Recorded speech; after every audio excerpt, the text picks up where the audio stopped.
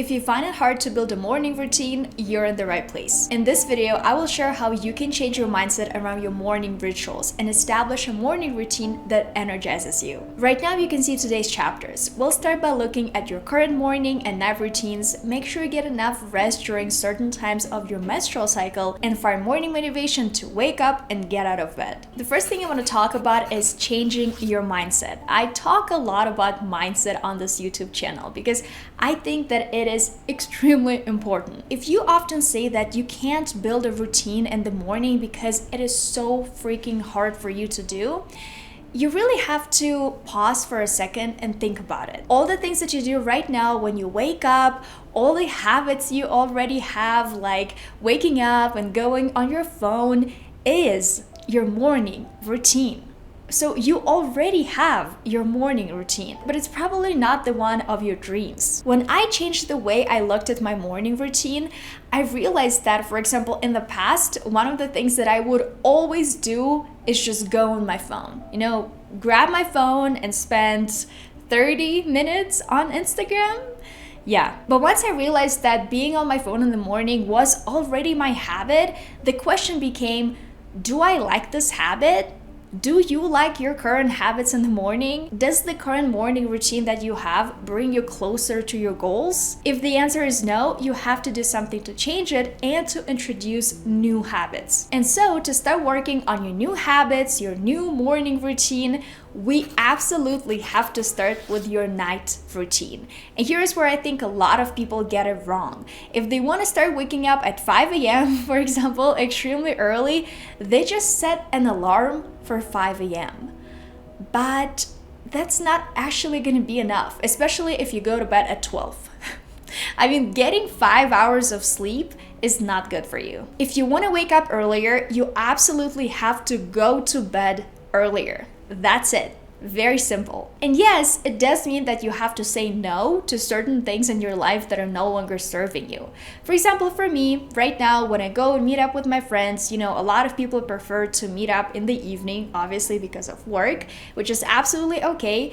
But because I prefer to go to bed at 10 p.m., I tell all of my friends, I have to make sure that I leave your apartment at 9, let's say. Like 9 is the latest time for me. And yes, at the beginning, it meant that I was literally like the first person who left the party, but I prioritize my sleep. For me, it's a lot more important to wake up and feel good than to go to some party, come back home at like 3 in the morning, and then wake up at 10 and feel horrible. So to think about when you need to go to bed, you need to think about when you need to wake up. And then circle back 8 to 10 hours. Depending on where you are in your menstrual cycle, for example, a lot of us just need more sleep. For example, during my menstrual phase, I need like 9 to 10 hours of sleep because all I want to do is rest and sleep. And so if normally you need 8 hours and you want to wake up at 7, let's say, it means that you have to be asleep by 11 p.m. So this is when you have to be asleep like this. Sleeping already and not getting into bed. I think that's also another mistake that a lot of people do. What we do is we say, yeah, I have to be asleep at 11, and we only start getting ready to go to bed at 11. And by the time we're ready to fall asleep, it's already like 12 a.m. And also please take into account that women often need more sleep during the luteal phase of their menstrual cycle. This phase occurs after ovulation and before the start of menstruation. Hormonal changes, particularly the increase in progesterone that is happening during your luteal phase, can cause fatigue and increase the need for sleep during this time. That's why please don't feel bad for prioritizing your rest, your sleep, your self-care during this stage. Think of progesterone like a signal telling your body, hey, let's rest up and be ready. So during the luteal phase, it's normal to feel like you need more sleep than usual. And finally, what we have to take into account is how much it usually takes you to fall asleep. Like once you're prepared, you shut everything off, you're done reading your book or whatever it is you do before going to bed, you just lay in bed, how much time does it take you to fall asleep?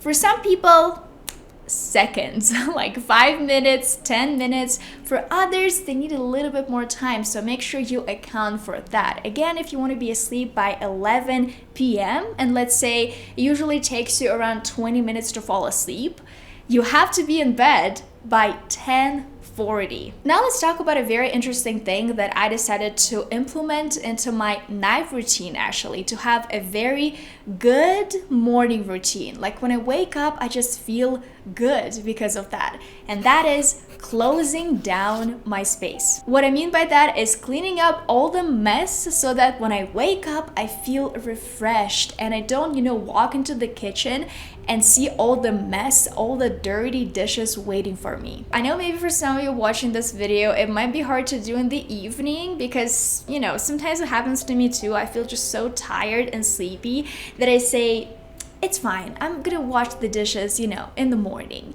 But you have to agree with me. Once you wake up, you go to the kitchen and you see how dirty it is, all the dishes crusty and all the food and everything. You just realize that you have more work to do and you literally just woke up. If you go to the office, for example, what you can also do is get your clothes ready for tomorrow. It literally takes 5 minutes. Just think about what you want to wear tomorrow. It will save you a lot of time and a lot of headache in the morning. The fewer choices you have to do once you wake up, the more relaxed your brain will feel. The next thing I want you to do, if you want to have a good morning and just feel amazing when you wake up, is say goodnight to your phone. Again, everything starts with your night routine.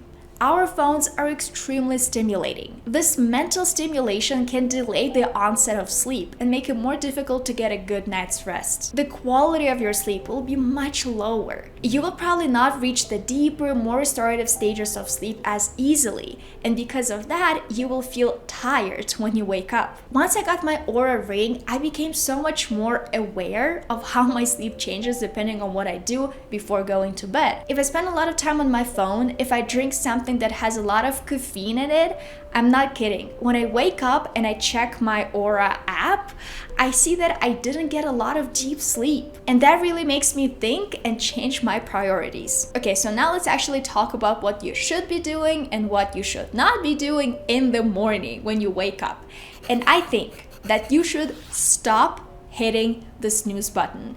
It is not doing you any good. If you're interested in this topic of sleep and having a very good morning routine, I highly recommend checking out the book called The Miracle Morning. The author of the book talks about how hitting the snooze button keeps us from waking with a sense of purpose. Each time you reach for that button, you're subconsciously saying to yourself that you don't want to rise through your life, your experiences, and the day ahead. What happens when you hit the snooze button is you go back to sleep for short periods.